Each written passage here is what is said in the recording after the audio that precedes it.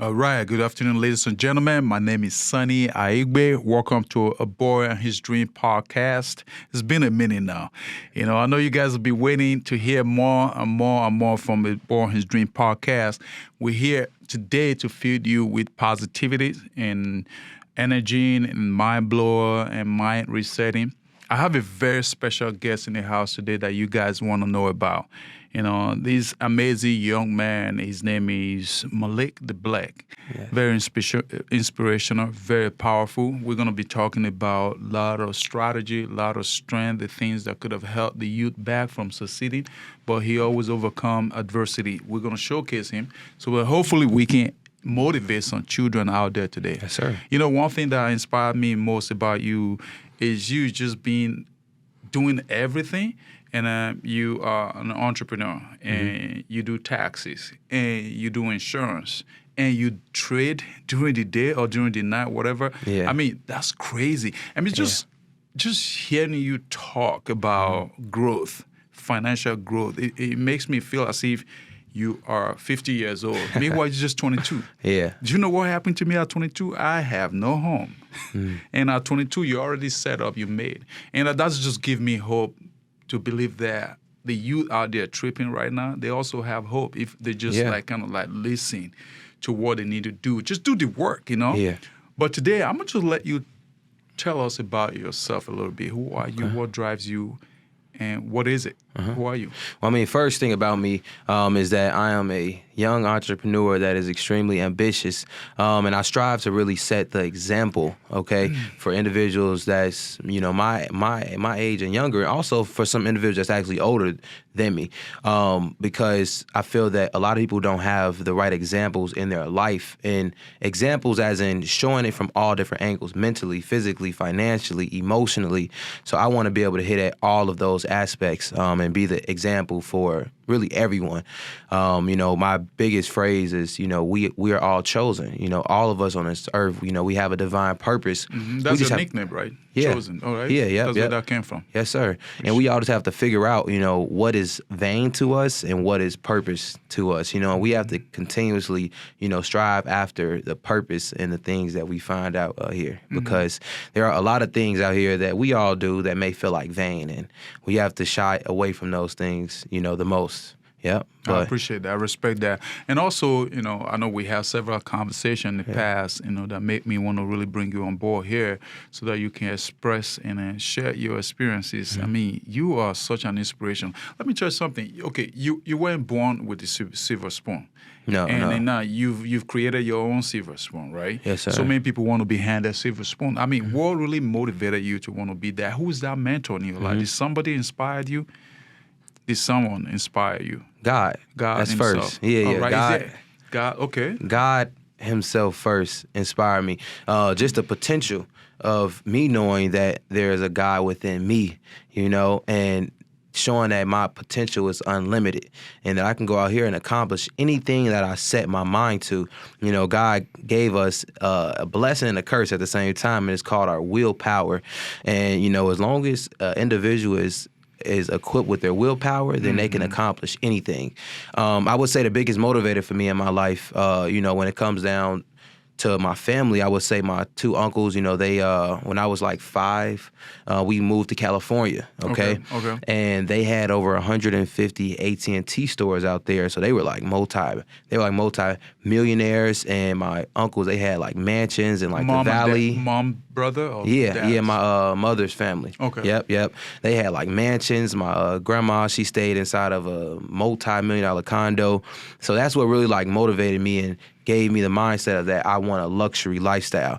Now, when the 2008 crash came, when they lost a lot of money, okay? So when that basically happened, we moved back to Chicago, and then that's when I really got closer to my dad, and me just seeing his work ethic. Now, my dad necessarily didn't have like the luxurious lifestyle as my uncles did, but his work ethic was so strong. He would do whatever it took, to make sure that he got his work done, basically. So how old were you when that incident happened during that I was reception? 8. You were 8. I was born in 2000, so you always be able to know my age. Man, yeah. So you were 8. So when when that there was a change in their financial status and you have to move back to Chicago, I'm sure that kind of there was a change in your lifestyle as well. Does that really, was it traumatized? Was it a struggle during that phase? Well, it's like it's been a unconscious consciousness that I always can turn pain into triumph. Basically. Turn it into glory, because I could have looked at that and been like, oh man, my life is horrible. It went from going to mansions and things of that nature, and then going back to Chicago. Yeah. But I took it as like, okay, bet now I need to get this for myself, and then be able to provide this lifestyle for my little cousins and things of that nature.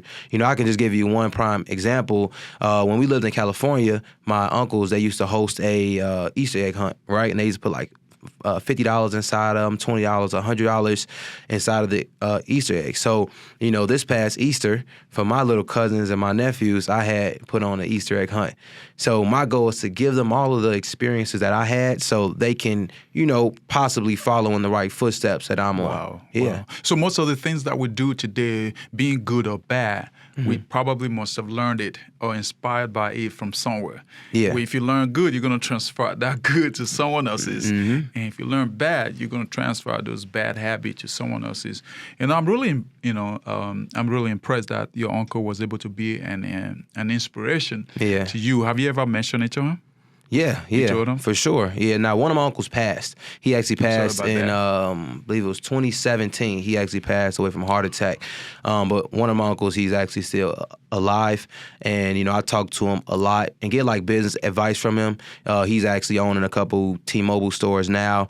My father, he has a printing business also. But my dad, he was a millionaire in his 20s. He used to sell beepers. He was like the first person to start selling beepers in Chicago. His company name was Randolph Beepers. So he was on Randolph's, and he built up a lot of notoriety from individuals because he was the first African American to start selling beepers. So that's beautiful. Yeah, yep. My question is this: so, what do you currently do right now? Right now, I currently do taxes, life insurance, and day trading. Yep. All right. So how can you use your skill set to motivate the youth out there? Bringing that back, did you see what happened over the weekend? Yes, I did. How can you, that's a lot of totally unaccepted behavior for our youth in Chicago. And then you still young. You youth. All right. 22 is not far from 20. It's not far from 19. All right. But you being able to just hold it together right now. What do you have to say regarding that behavior, and which advice you have for those you listening to them? Because a lot of them are always on the internet.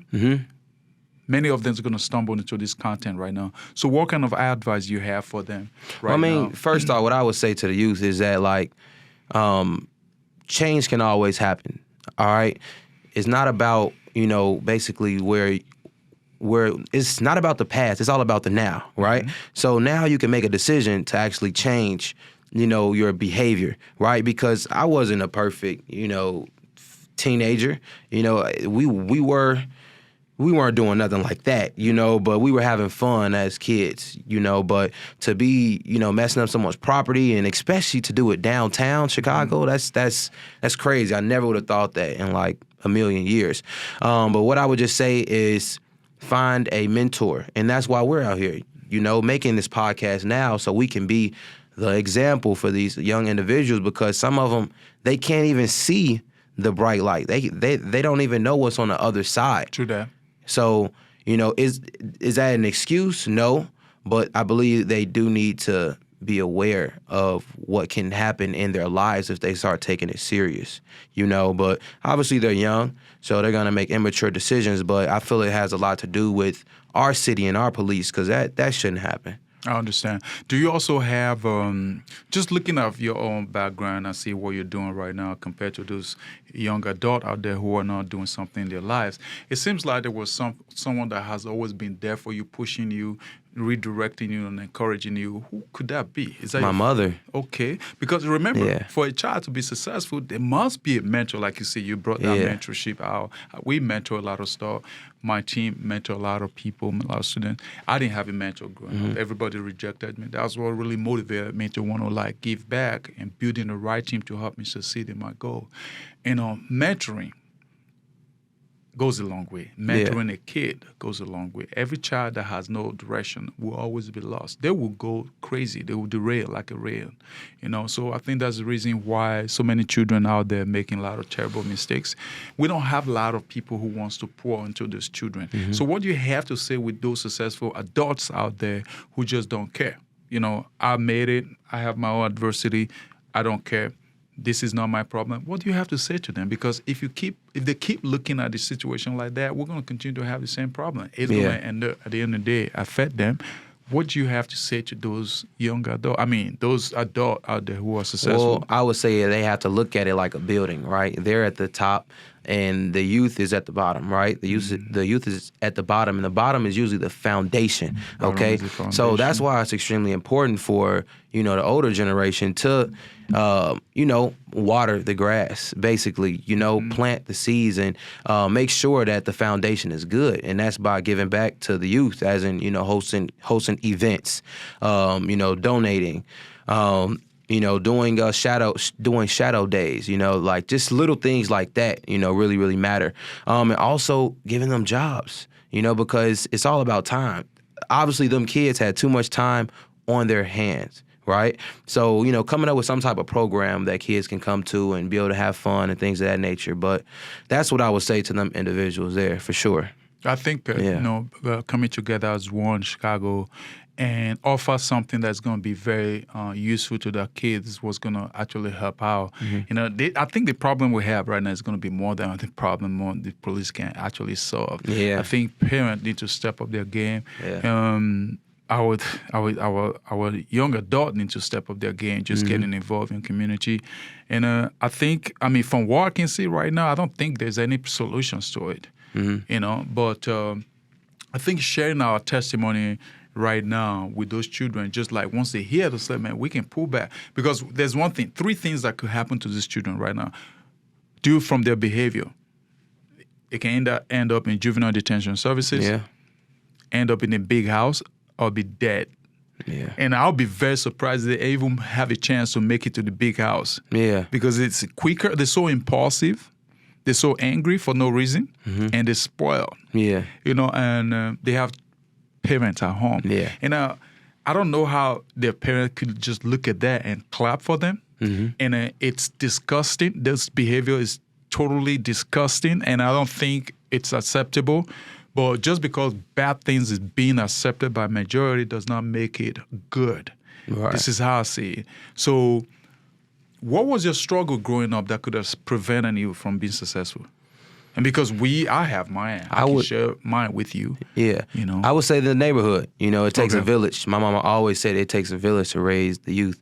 And my mom, she was very intentional with putting us into the right communities. Like I said, when I was first born, I was born here in the city of Chicago. I lived here to around like 5.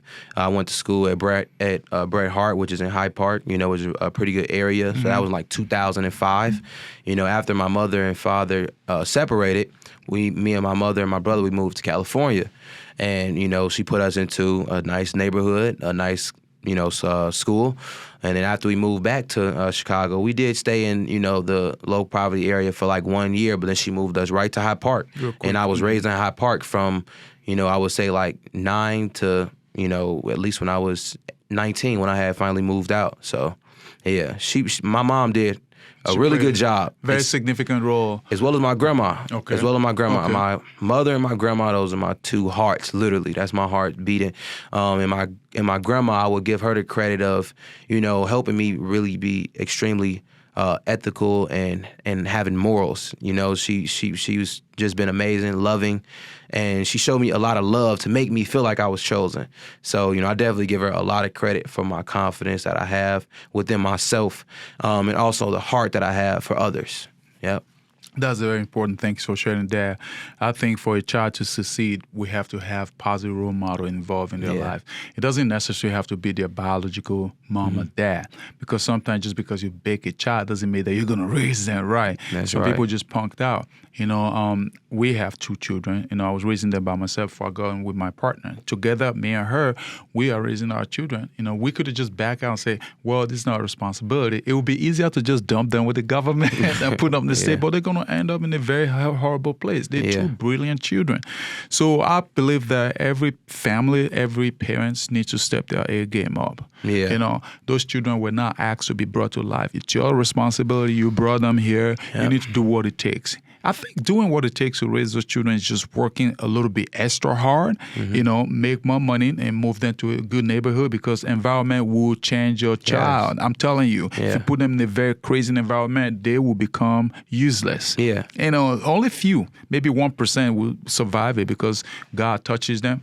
I'm telling you, and like you said, environment has a major role to play whether a child's going to develop well or not developing well. Environment. Those children tripping right there over the weekend, they all came from South Side. They all come from, you know, crazy neighborhood, but some of them probably came from a very maybe middle class neighborhood. Right. But those are choices. But I think all the adult, if you're a parent today and you live in a bad neighborhood, knowing that the same neighborhood is going to affect your children, work hard, change the environment, move them to a better environment, and give them a chance to succeed. Let's break this circle, man. We cannot continue to allow these things to repeat itself all the time and just end up blaming government for it. Yeah. It's not government. Did not ask you to bring those child to earth when you knew quite all right that you don't have the resources to take care of them. Why you birthing baby when you cannot take care of them? Right. So to call a spade a spade. You know, your mom brought you to life. She made sure that she was involved. Your dad was busy, you know, working hard to support the family, but mom was always there redirecting you, holding you accountable. I think every child, every mom and dad need to step their game up. Yeah. Yeah. As above, so below. That's the law. As within, so without. And that applies to life now. You know, them kids they may have done that, but it starts above, you know. So obviously the parents and the older generation is not doing what they're supposed to do, because that wouldn't have happened. That wouldn't have happened if the older individuals were more intact within themselves.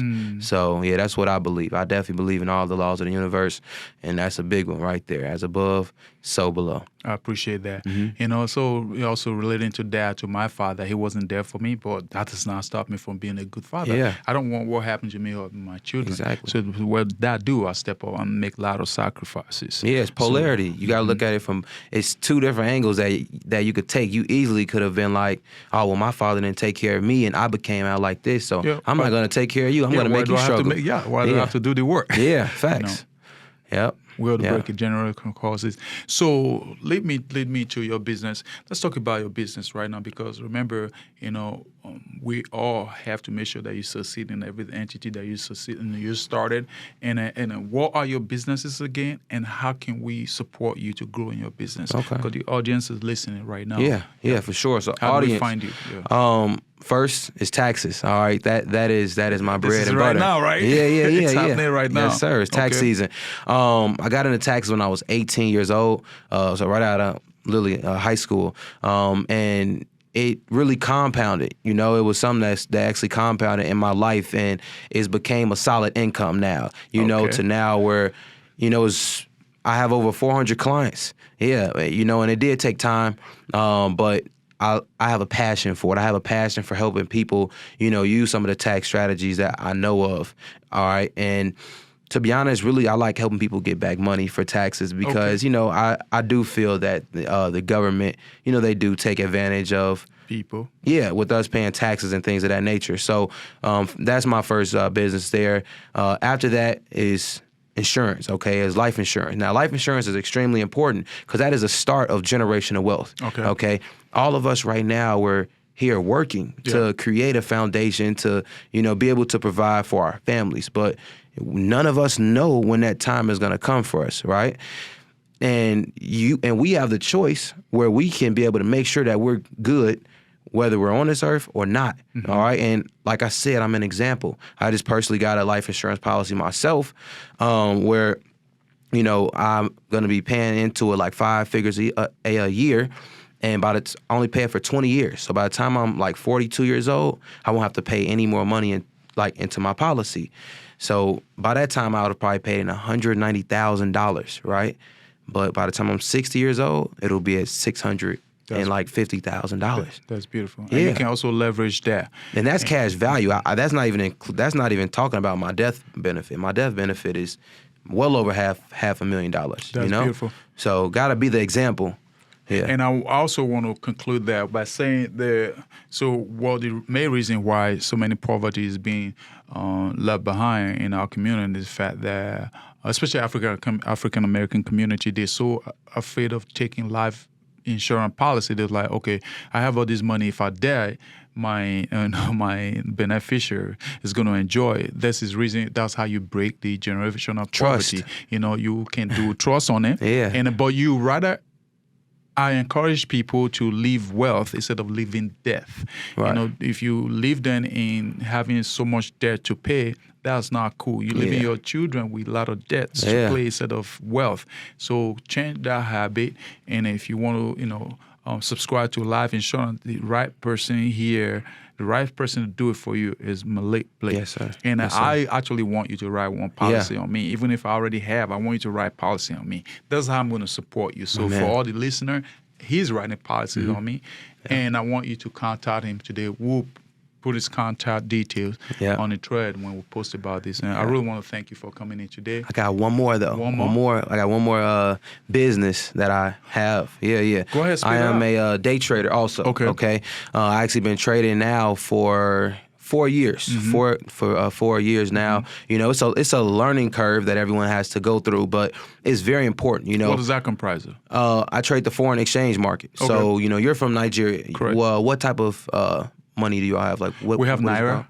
Naira, right? Yeah, Naira. So the United States dollar is worth more. Do you know how much more? Worth more, of course. Looking at Naira about to $1 is to about 460 Naira. Right. Once you convert with $1,000, you have a lot of money. Right, and that's called an exchange rate. Now, that exchange rate goes up and down depending upon the economy out there. So, right, so when Sonny goes and build up his own city, the economy is going to go up and the exchange rate is going to change, right?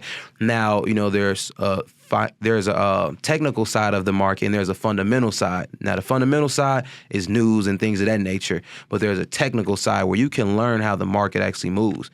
It goes from higher high to higher low to higher high to higher low. All right. And, that's what I actually teach. I will be dropping my mentorship on June 1st, 2023, where I'll be teaching individuals how to actually invest and, make money from their phone, because that's all that the life insurance companies, that's all they do. Life insurance, you're paying monthly. And they're going to take your money and go invest it. That's how they give you back a death benefit. So right now I'm learning literally everything so I can become my own life insurance company. You will. Right? Yep. So. Yep, 6 years in life insurance. I know how that be. If you have any question that I spare, let me know. And again, we're going to do business with you. We want to encourage you to stay strong and become a multi-millionaire, like you actually forecast and projected. And it's going to happen anytime soon. And to every kid out there, you should be hungry. After listening to this podcast, you should be hungry to want to do even better or more. So for that, I'm going to leave you with this. It's not going to happen until you make it happen. Everybody have a dream. So many people put their dream into work. Guess what's lacking in most places is action. When it boils down to the action phase, a lot of people back out. Stop running. Put it into an action phase. Push your dream until you come to reality. Actualize. Be patient, because everything takes time. It's not overnight. It's over time. That's why some people always quit, because it doesn't come right when they expected it. That's not how it works. All right. Yeah. Put your dream to work. Do what it takes to help you to become successful. That's what we're going to do. For that, we're going to say thank you for tuning in today. To the next episode. Yes, sir. Thank you, Let's get it. We chosen, brother. Let's do it. God bless. Amen.